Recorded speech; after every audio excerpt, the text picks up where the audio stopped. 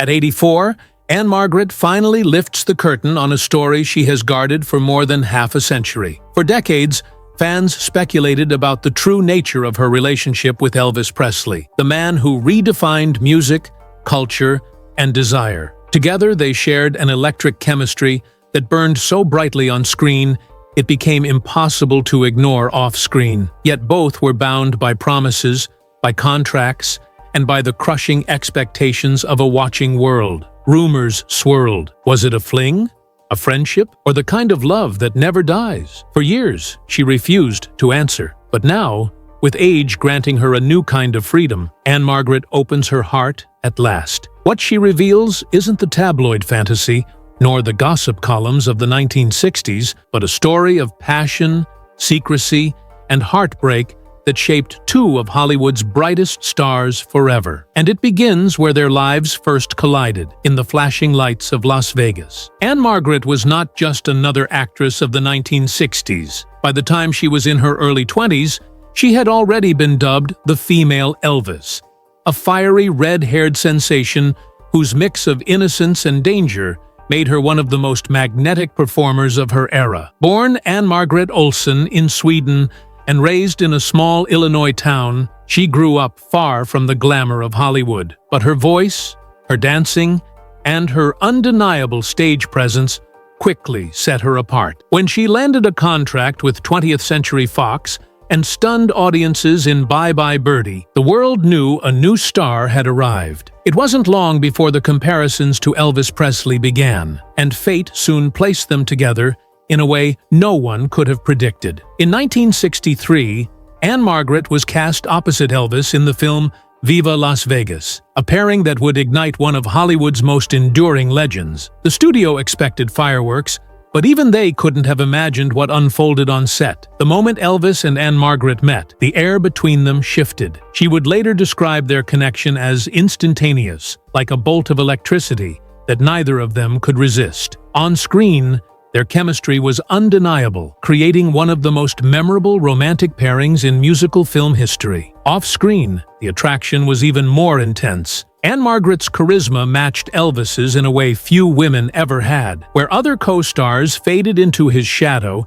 she met him as an equal, playful, fiery, and fearless. During filming, the two were inseparable. They rehearsed together, sang together, and spent long nights talking in private. Witnesses recalled that the king of rock and roll seemed happier, freer, more alive when she was around. Elvis himself reportedly told friends that she brought out the boy in him again, reminding him of a simpler time before fame weighed so heavily on his shoulders. But what began as professional collaboration quickly became something far more personal. The cameras captured their smiles, their flirtations, and their undeniable intimacy. But what they didn't capture were the stolen moments when the king and Hollywood's brightest new star disappeared from the spotlight. It was the beginning of a bond that would test loyalties, stir jealousy, and create a love story whispered about for decades. And while both Ann-Margret and Elvis tried to hide their growing affection, the sparks between them were too bright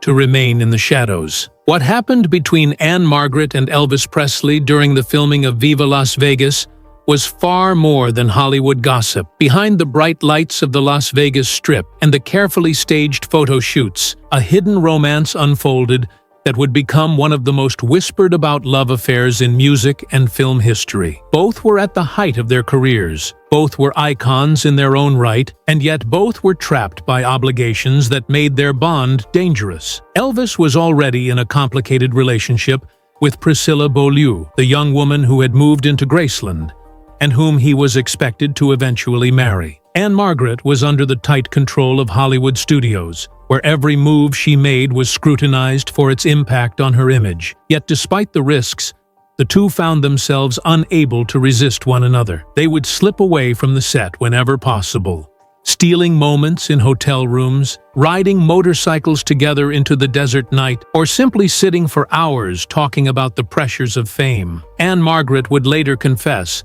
that their relationship was not just physical, but deeply emotional. Elvis confided in her about his fears, his insecurities, and his constant struggle with the weight of being the king. She listened, she understood, and she gave him a kind of companionship he had rarely known. Friends of Elvis said he glowed around her, laughing with the carefree spirit of a young man, rather than the burdened superstar he had become. For Ann-Margret, Elvis was unlike anyone she had ever known. His charm was magnetic, his vulnerability disarming, and their connection felt fated, as though destiny had pushed them together. Still, their affair was shrouded in secrecy. The press suspected something, but neither ever confirmed it publicly. When questioned, Ann-Margret always deflected with coy smiles, and Elvis brushed off the rumors with rehearsed lines. But those who were close to them knew the truth, that theirs was a love story that flickered in the shadows,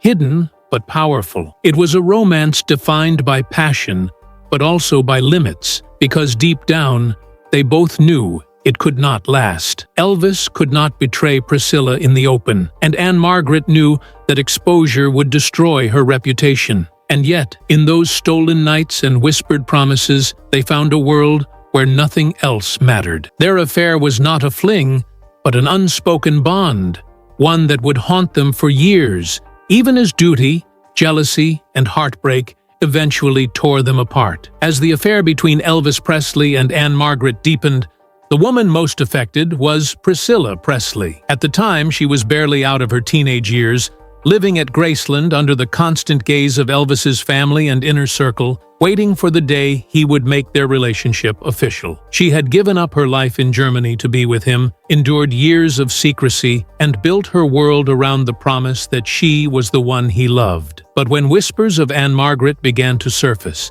that fragile security was shaken to its core. Priscilla later admitted she sensed something was wrong long before the press picked up the story. Elvis was distracted, absent, and when he did talk about Ann-Margret, it was with a sparkle in his eyes that terrified her. Ann-Margret, unlike the young and inexperienced Priscilla, was a glamorous star in her own right, adored by millions and confident enough to match Elvis's intensity. To Priscilla, she seemed less like a rival and more like the one woman who could take him away forever. The press fueled those fears with headlines suggesting Elvis had found his perfect match. Fans saw the undeniable chemistry in Viva Las Vegas and believed the rumors must be true. Priscilla felt humiliated, watching the man she loved smile, laugh, and flirt on screen with a woman the world was already comparing to her. Inside Graceland, her pain only deepened. Elvis insisted that nothing serious was happening, dismissing the gossip as exaggerated, but Priscilla knew better. She found letters,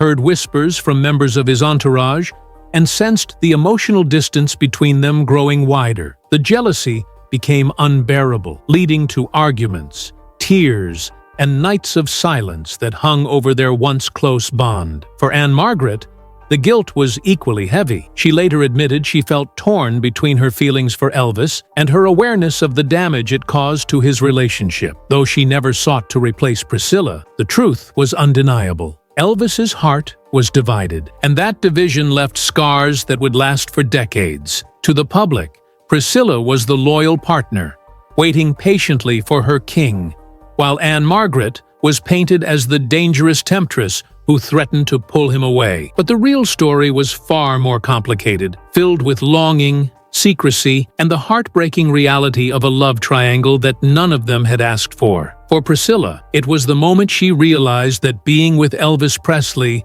meant living not only in the shadow of fame, but in the shadow of other women. And none cast a darker shadow than Ann-Margret. Though their romantic affair eventually came under strain, Ann-Margret always insisted that what she and Elvis shared was deeper than passion, deeper than fleeting attraction, something rooted in understanding and trust that neither of them had found elsewhere. They were both international stars, carrying the weight of expectation on their shoulders, surrounded by people who either wanted something from them or saw them only as icons rather than as human beings. Together, however, they could let that facade fall away. Ann-Margret later described their bond as being like two mirrors reflecting each other's loneliness and longing for normalcy. Elvis, worn down by the pressures of touring, recording, and being idolized by millions, found in her a confidant who didn't need him to be the king. She knew what it was like to live under a microscope, to be celebrated and misunderstood at the same time,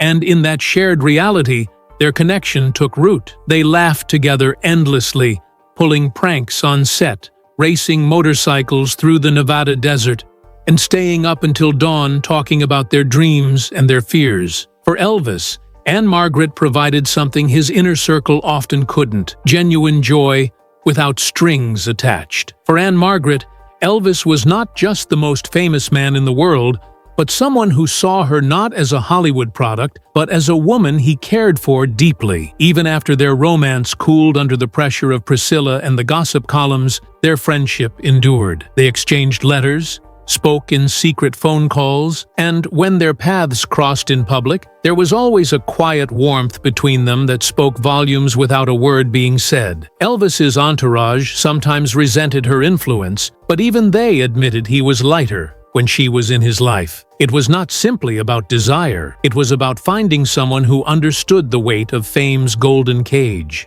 Ann-Margret kept their bond sacred, never revealing the most intimate details, and that silence became its own proof of how much she valued him. In an industry where betrayal and exploitation were constant, she never sold her story, never exposed his vulnerabilities, never cashed in on the secret they shared. Instead, she protected his memory with loyalty, carrying the unspoken truth in her heart long after he was gone. What they had was complicated, flawed, and impossible to define, but it was real, and even now Ann-Margret admits that Elvis changed her life in ways no one else ever could. As the 1960s turned into the 1970s, the paths of Ann-Margret and Elvis Presley began to diverge, but the connection they had shared never truly disappeared. Ann-Margret's career reached dazzling heights. She transitioned from the playful ingenue of Viva Las Vegas into a versatile actress and performer, proving she was far more than just a glamorous starlet. She starred in films like The Cincinnati Kid, Carnal Knowledge, and Tommy, earning critical acclaim and even an Academy Award nomination. On stage, her electrifying singing and dancing made her one of the most dynamic live performers of her time. Behind the camera, however, Ann-Margret faced her own share of personal struggles. The demands of Hollywood, failed relationships, and later a near-fatal accident left scars both physical and emotional. Yet through it all, she endured, driven by the same fiery spirit that had first captured Elvis's attention. Elvis, meanwhile, experienced a far more turbulent journey. His comeback special in 1968 reminded the world of his unmatched talent, but the triumph masked the darker currents that would define his later years. He was trapped by relentless touring schedules, financial pressures, and the isolating bubble of fame. Prescription drugs became a crutch, eroding his health and stability. While Ann-Margret was reinventing herself and proving her artistry to critics who had once dismissed her, Elvis was sinking deeper into a cycle of exhaustion and dependency that those closest to him struggled to break. The irony was striking. Both had been labeled symbols of vitality and passion in the 1960s, yet their personal realities were far less glamorous. Despite the distance between them, Ann-Margret never stopped caring. She would occasionally reach out, sending messages or meeting quietly, and whenever their paths crossed, she noticed the changes in him, the weariness in his eyes, the physical toll fame and excess had taken. Friends of Ann-Margret later revealed that she carried a sadness when speaking about Elvis during these years, as though she wished she could do more to help but knew his life was tightly controlled by others. For Elvis, she remained a reminder of joy, a link to a time when he felt young, alive, and unburdened. For Ann-Margret, watching his decline was heartbreaking, a painful contrast to the vibrant man she had once raced through the desert with. Fame had given them everything the world could offer, yet it also demanded a price that neither could fully escape. By the mid-1970s, the Elvis Presley the world adored was no longer the same man Ann-Margret had fallen for more than a decade earlier. The sparkle in his eyes had dimmed. His once lean frame was now bloated from years of prescription drug use, and his voice, though still powerful, carried the weight of exhaustion. To the public, he remained the king, dazzling crowds in sequined jumpsuits under the blinding lights of Las Vegas. But those who truly knew him saw a man drowning behind the image. Ann-Margret, watching from a distance, yet still tethered by an invisible thread, felt an ache she rarely spoke of. She had seen Elvis at his best, playful, vibrant, full of laughter, and now, hearing reports of his erratic behavior and failing health, she feared the man she had loved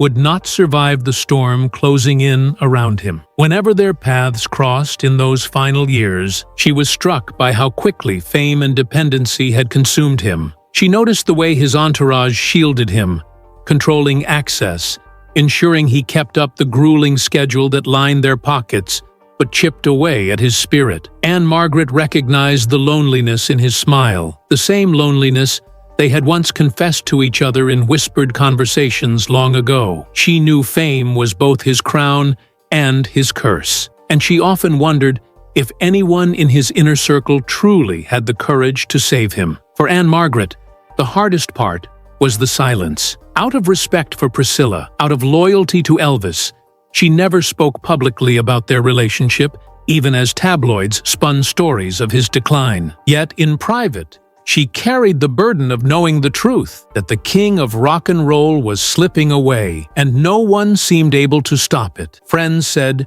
she often grew quiet when his name came up, her eyes clouding with a mixture of fondness and sorrow. She never judged him for his choices, but she could not escape the pain of watching someone who once represented vitality and rebellion slowly become a shadow of himself. To Ann-Margret, Elvis's final years were a tragic unraveling, a reminder that even legends could be undone by the very fame that built them. And though she was not there with him every night, she carried his memory like a fragile flame, guarding it in her heart as she braced for the inevitable news she dreaded, but knew would one day arrive. On August 16, 1977, the news spread like wildfire across the world. Elvis Presley was dead at just 42 years old. For millions of fans, it was the shattering of an idol, the day the music seemed to stop. But for Ann-Margret, it was something far deeper and more personal. When she heard the news,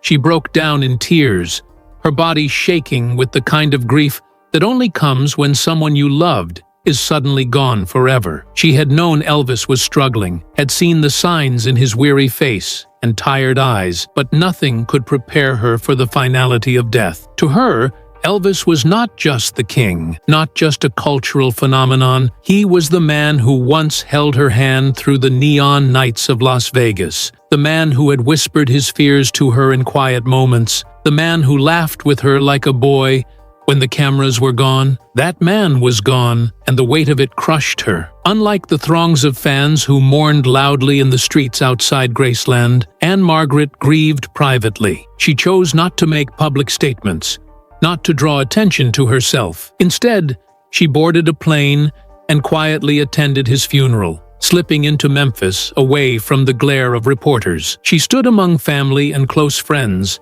her presence barely acknowledged, but those who noticed saw the pain etched across her face. It was not the grief of a casual acquaintance or a distant admirer. It was the grief of someone who had loved him in a way the world would never fully understand. In those moments, surrounded by the sound of sobbing fans outside the gates and the heavy silence inside, Ann-Margret realized how profoundly Elvis had shaped her life. His laughter, his passion, his struggles, they were all burned into her memory. She would never betray him, never sensationalize their bond, but the pain of losing him would remain etched into her soul. To many, Elvis's death marked the end of an era, the fall of a giant. But for Ann-Margret, it marked the loss of something far more intimate, a connection that had defied time, fame, and circumstance. As she left Memphis, she carried a piece of him with her, a silent vow that she would always keep his memory alive, not through stories sold to tabloids, but through the quiet strength of love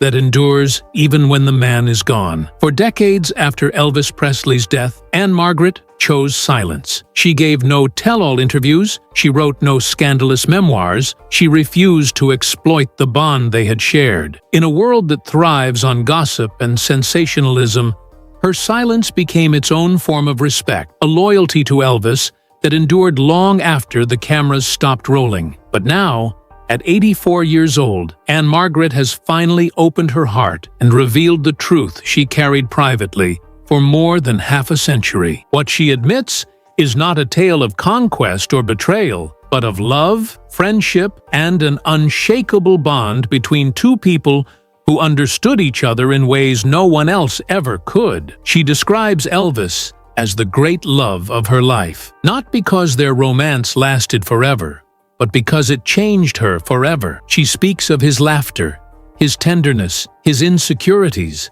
and his unmatched energy that could fill a room even when he was at his lowest. She acknowledges the pain it caused Priscilla and the impossible choices that came with loving a man the whole world claimed ownership of. But she also insists that what they shared was real, honest, and deeply human. In her words, Elvis was not simply the king. He was a man searching for peace, for comfort, for someone who would see him as more than a legend. Ann-Margret says she saw that man, cherished him, and even in his darkest moments, never stopped believing in the light he carried. She recalls private moments, letters exchanged, calls late at night, the way his eyes would soften when they were alone, that no gossip column could ever capture. And though their affair ended, and their lives went in separate directions, she reveals that the love never truly died. It simply transformed into a bond that outlived him. Even now, when she steps on stage or hears one of his songs, she feels his presence,